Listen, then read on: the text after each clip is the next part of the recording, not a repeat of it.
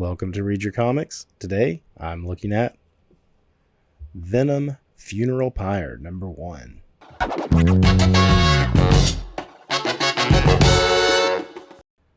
Before I get started, I just want to give a quick shout out and say thanks to all the subscribers. If you're new to the channel, be sure to hit like and subscribe. If you've been following along for a while, you know I've been doing this journey of top-selling comics from 1993, and I got another one today. This is the second Venom miniseries. The first one that most people think about, Lethal Protector, started in 1992. And while it did finish, I think issues like 3 through 6 came out in 93. #1 didn't, so I wasn't going to cover that series, but this one did debut in 93, so this one's worth covering. And this was the number 72 selling book of 93. And when I was looking through it, I guess of note is that this issue actually outsold issues 4, 5, and 6 of the Lethal Protector series. So that needing a new #1 to relaunch a series, I guess, paid off in this instance. However, there was another Venom miniseries that came out later in the year, Venom Madness, that had Juggernaut and Kelly Jones art. And it was more like in the 170s, the #1 issue. So Venom, kind of having his peak and then already starting to wane by the end of the year. And I can't say that this series really helped it too much. This one stands out to me a lot because of the shiny cover. And I mentioned in my Deadpool #1 video that the comic shop that I would end up calling home for close to 30 years, this was one of the first books that they had like a lot of. And throughout the whole summer, this book kind of stayed on the shelf and it was selling. He just had a lot of them. So throughout the whole summer, it was selling. So it is kind of ingrained in my brain a little bit there. And you would think the Punisher was actually kind of coming down from his peak at this point.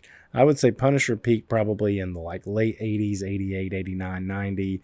And by 91, 92, it was already kind of tapering off a little bit. I think they either canceled or were about to cancel the War Journal series and relaunch it with the War Zone series. But in general, I would say Punisher had kind of run his course a bit by the time this came out. That said, you still have two of like Marvel's kind of premier anti-heroes here. Now, Venom is just now being established as an anti-hero as opposed to just a straight up Spider-Man villain. Punisher been around for a while. Two of the coolest like black costumes with just white logos on them. This was a good matchup. And for that reason, I would say this series had a lot of appeal for that. Now, I'm going to go ahead and jump into it. It's written by Carl Potts, who, if I'm not mistaken, was writing a lot of Punisher at the time. Tom Lyle is the penciler, and then we have 3 different inkers, Scott Hanna, Al Milgrom, Joe Rubenstein. I always feel like when there's multiple inkers on a book like this, that the book was kind of rushed to get out, is the way I feel. Maybe I'm wrong. Maybe it's just, the process of putting out monthly books, but I always feel like when there's multiple inkers like that, something's up, that they're like trying to force this thing to get through. I don't really know where to start on this because I just read this like right before I started recording, and I hadn't read it since it came out, and I don't think I ever finished reading the series. And then I remembered why while I was reading this. A lot of this is typical 90s stereotyping gangs or gang violence. They have like some of the worst fake slang dialogue in this, like this gang called the Jadoo Gang, and this guy's wearing like a Malcolm X hat. It's a bunch of white dudes, and they just beat people up with baseball bats in San Francisco of all places in the 90s, and it's pretty bad dialogue. So they're just attacking some people at random, like for no reason. Just for laughs. And so here they are. They run this dude down. this whole scene. He pushes a kid out of the way, but gets hit, and then he's kind of trying to hobble away while the gang chases after him, just for laughs. And already we're getting the guy with the Malcolm X hat on. He's trying to kind of escape. You realize right away, like, okay, he doesn't really want to be involved in this. So he kind of tries to slip off and find a phone, a pay phone, that the receiver part is missing now. And he sees the kid that was escaped. And he goes and talks to the kid like, I'm not going to hurt you. I'm going to help you escape out of here. But he's also trying to keep his own cover because he's worried that if the gang finds out he's helping somebody escape their rampage, then he's going to, get the brunt of that as well. He helps the kid escape. And I guess he gives the kid a letter. This is a weird transition. He gives the kid a letter to go find Eddie Brock living in the sewers. I don't remember exactly. I did read the Lethal Protector story all the way through, but I really don't remember what happened in it. Other than he was in San Francisco and they changed Venom pretty drastically from the villain I knew him as in Spider-Man to this like protecting the innocents and stuff. And he did do that in Amazing Spider-Man some, but I remember feeling like it was quite a bit of a change of character that I didn't love. Anyway, Eddie Brock is rocking this awesome 90s mullet. So even though he's living in the sewers, he, has a good barber. Keep that thing trimmed up. The kid brings him this letter, and it's from the guy that rescued him, who is basically saying, I'm a journalist, that I'm embedding myself in this gang, and I'm in trouble because they're having the initiation that I have to kill somebody to be one of the gang members. Got to kill somebody to prove my loyalty to the gang. And, of course, Eddie Brock is, not down with that because he has to kill some innocent person, not just another gang person. Also, he feels a kindredship to him being a reporter. So Venom takes off. He starts swinging through the city, and he's kind of saying the same things. We were once a reporter until we got messed up with Spider-Man and blah, blah, blah, blah, blah. Cut to the Punisher.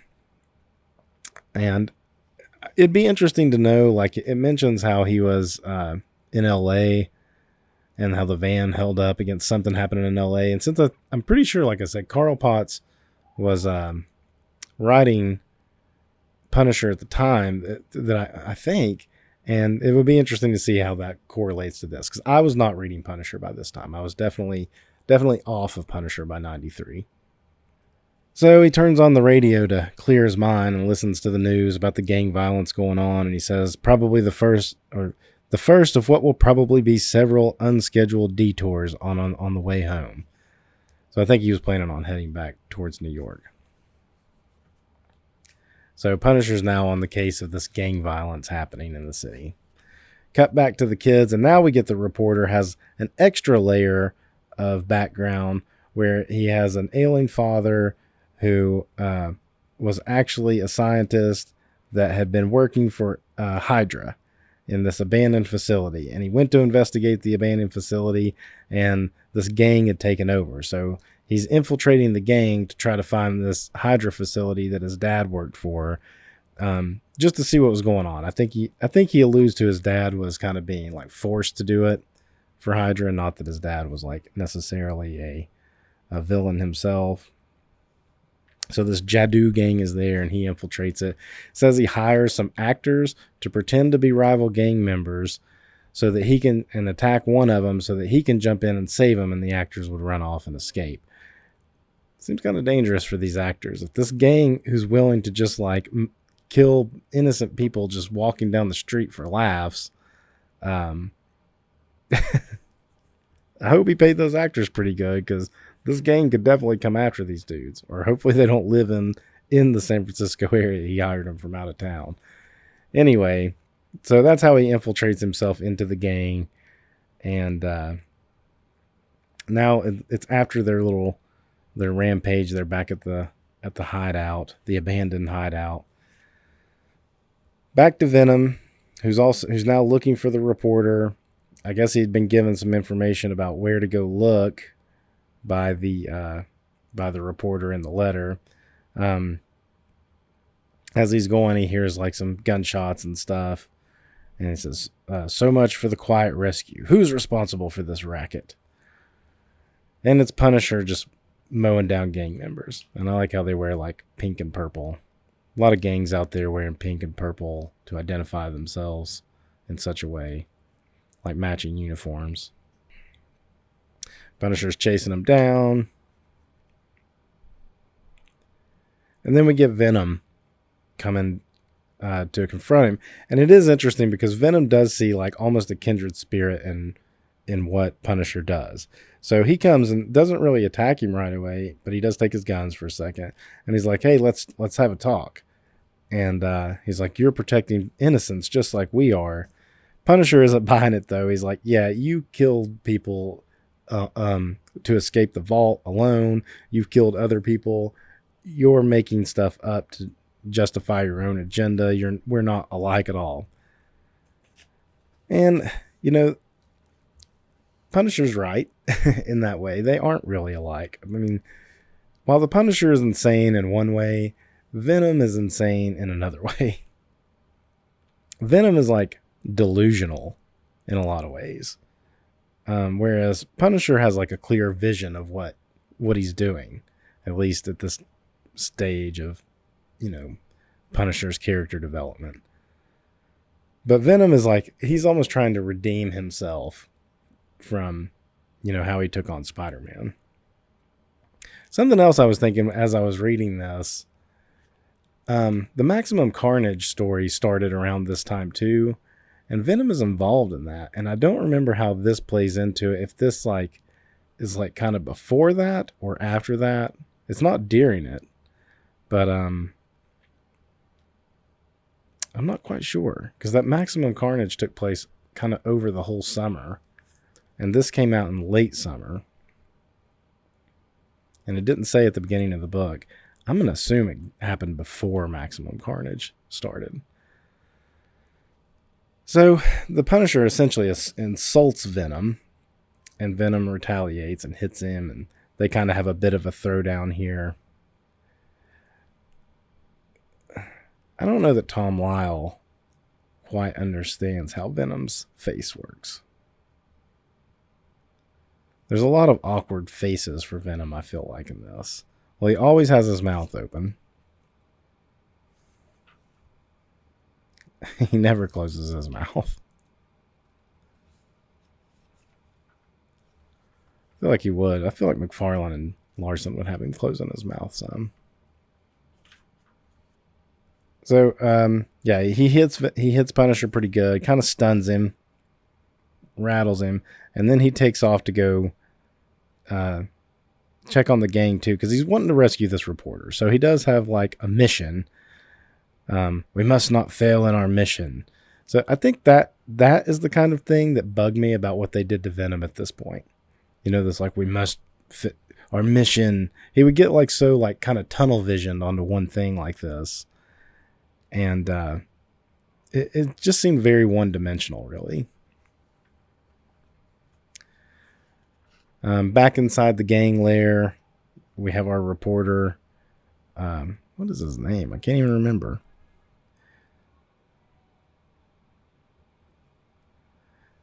I can't even remember the kid's name now, even though I just read it. I'm going to call him Brody. Gray. His name is Gray. So he's like, Gray, what are you doing in this room? Oh, haven't even seen this room with all this like high-tech scientific equipment, but we don't have time to explore. We got to take our Uzis and go outside and participate in this gang war. I think that's what, I forgot about that. So during this melee with Punisher and Venom, the two gangs essentially think they're attacking each other, when really this gang is attacking the Punisher, and it just happens to be near that hideout. So the other gang thinks, oh, they're here to attack us, and so they come out to fight. Kid finds this, and then he also starts alluding to like how some experiment that the dad was running was set up to already be set up to be tested on a human. And imagine that, it's still ready to go. Everything's primed and ready to go. And definitely some foreshadowing about something's going to happen. I guess this kid's going to maybe test it on himself, or somebody's getting in this machine and having something tested on him. Pretty decent shot of Venom there. Interesting lighting. I don't love the coloring in this book either. Particularly, like, man, when we get to these like gang members and stuff, maybe they're supposed to be under fluorescent lights or something, but they're literally like the white of the page. Where was that I was noting that? Like here. I mean, they're literally just like barely a different shade of white than the like gutters. And everything's so flat. That's why I feel like this was a rush book. I feel like Lethal Protector was a hit, and they were like, we've got to get another Venom book out.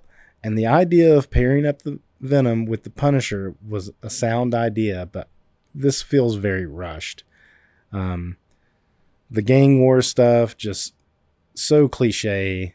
And I'm not even reading the dialogue to you, but they say things like, when they say, let's kill that guy, they say, I'm going to dead him and stuff. And it's terrible. It's terrible. Punisher had, when he got in the van earlier, had looked up his weaknesses, found like sonics and fire. So he set up his like radar dish on top of the battle van. So that when Venom landed on it, just the right spot, he blasted him with some sonics. And he's like, you're killing us. Wouldn't that be a shame? And so he confines him in, I guess it's in the van. So I guess the Punisher has like a paddy wagon. I thought he had like guns and stuff in there, but I guess he has a little cell in the back of the van. And he's keeping the sonics on just to kind of keep him at bay. And he's kind of like, you'll stay there. I'm going to go take care of this gang. And he, Venom's worried about the reporter, and Punisher's like, nope, if he's in the gang, he's just as guilty as anybody else. Which is kind of dumb too, because Punisher understands like reporters embed themselves and stuff. And, the cliche, if you got to go kill somebody to be part of this gang, you got to do it. It's just so generic, and I don't love it. And that's pretty much the end of the issue. Venom is captured. He can't get out. Punisher's on his way to take out the rest of the gang members, and the journalist is now going to have to fulfill the rest of his initiation by killing some innocent person on the side of the street. And this person's also being left for dead by the Punisher. He's like, I think you broke my leg. You can't just leave me here like this. If another gang finds me, they'll finish me. Which Punisher's like, oh, well. And so it's almost setting up for him to kill him, maybe. I don't know. But it wasn't great. It wasn't great. I don't know that I ever read the second issue of this, to be honest. I don't think I did.